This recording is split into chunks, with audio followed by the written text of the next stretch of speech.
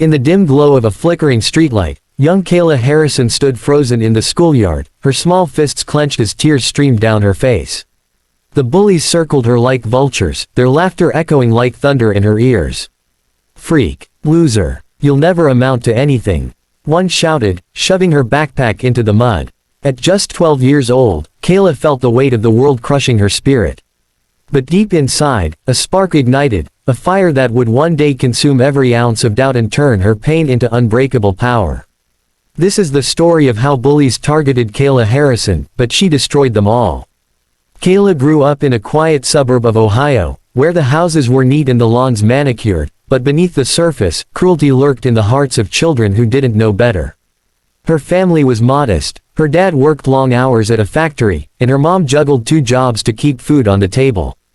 Kayla was the middle child, sandwiched between an older brother who excelled at everything and a younger sister who charmed everyone with her smile. Kayla, though, was different.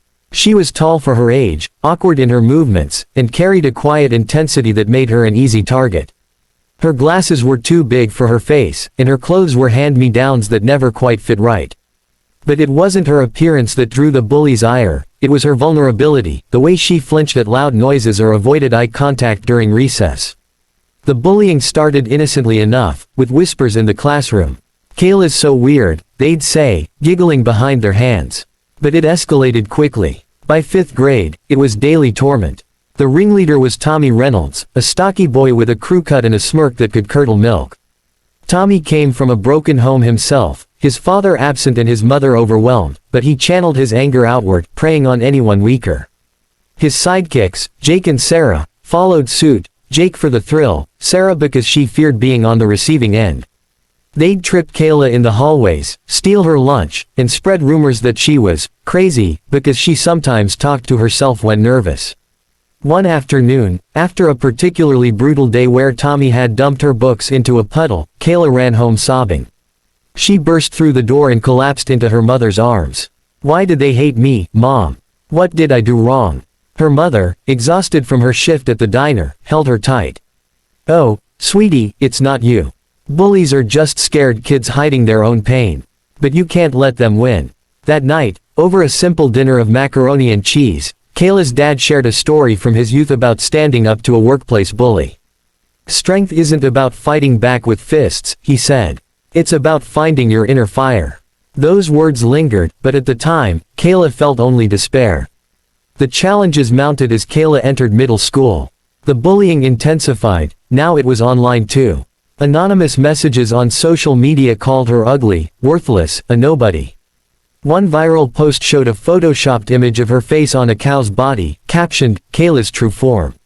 She stopped eating lunch at school, hiding in the library instead, her stomach churning with anxiety. Her grades slipped, and she withdrew from friends, fearing they'd turn on her too.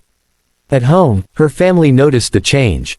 Her brother, Mike, tried to intervene once, confronting Tommy in the parking lot, but it only made things worse. Tommy's gang retaliated by slashing Kayla's bike tires. Emotionally, Kayla was unraveling. Nights were spent staring at the ceiling, questioning her worth. "Maybe they're right," she'd whisper to herself. "Maybe I am nothing." But amid the darkness, a glimmer appeared. Her PE teacher, Mrs. Gonzalez, a former athlete with a no-nonsense attitude, noticed Kayla's raw athletic potential during a dodgeball game. Kayla dodged balls with surprising agility, her long limbs giving her an edge. "Harrison, you've got something special," Mrs.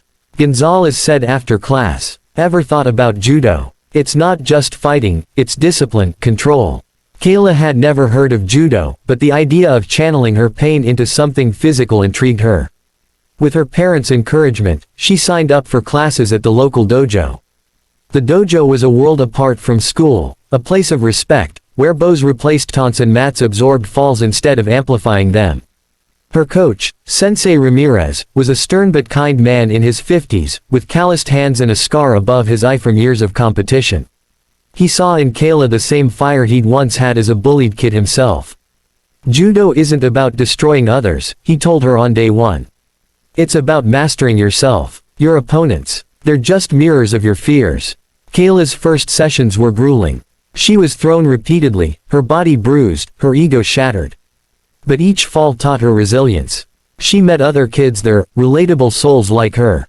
There was Emily, a shy girl overcoming her parents' divorce, and Carlos, a boy from the rough side of town fighting stereotypes. They became her first true friends, bonding over sweaty practices and shared dreams. As Kayla trained, the bullies at school didn't let up.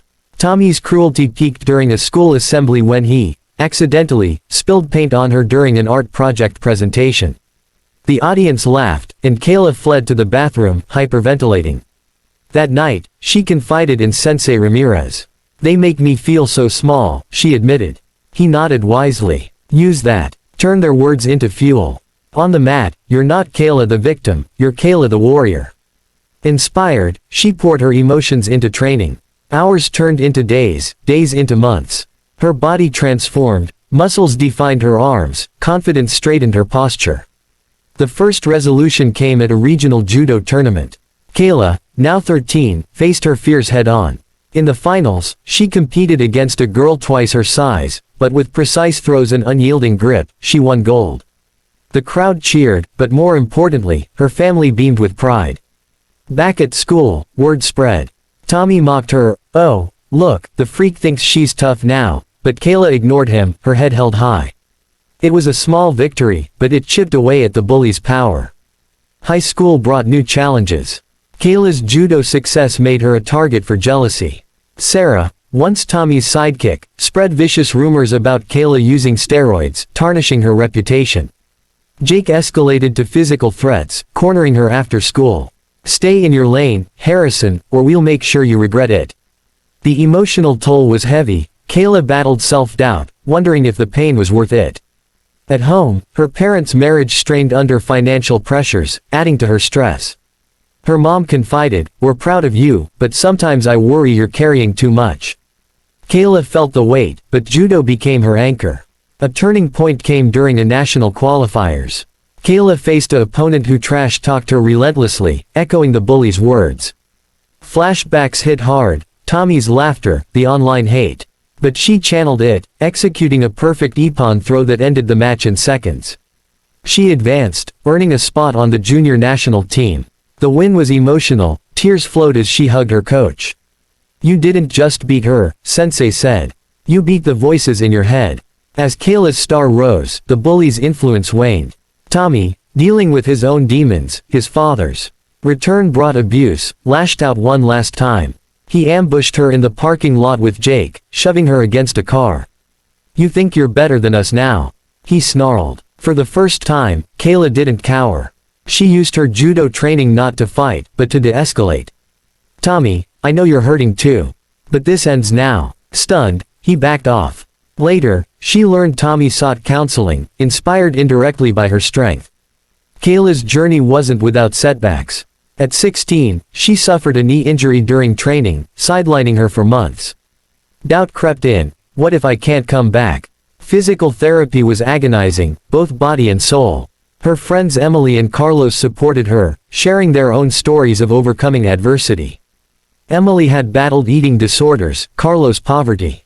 Their relatability grounded her. During recovery, Kayla volunteered at the dojo, coaching younger kids facing bullying. One boy, Timmy, reminded her of herself, timid, targeted. "How do you get strong?" he asked. "One day at a time," she replied. Helping others healed her own wounds.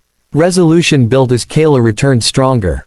She dominated tournaments, earning scholarships and sponsorships. By 18, she was an Olympic hopeful, training under elite coaches. The emotional depth of her story unfolded in interviews, where she shared her bullying past not for pity, but inspiration.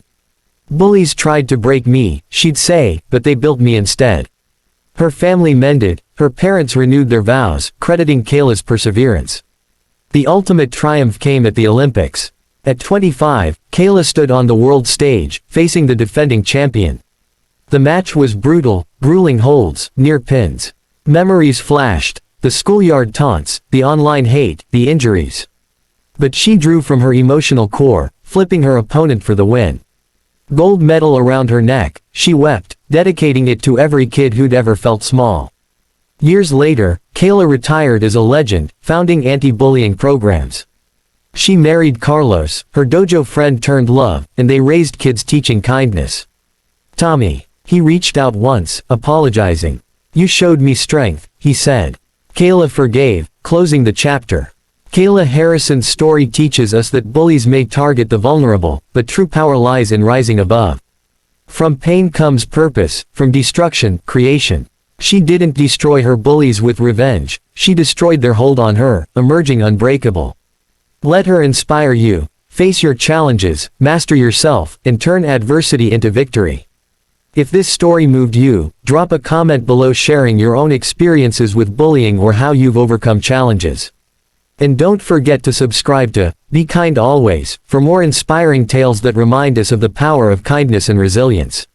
Hit that like button and turn on notifications. Let's spread positivity together.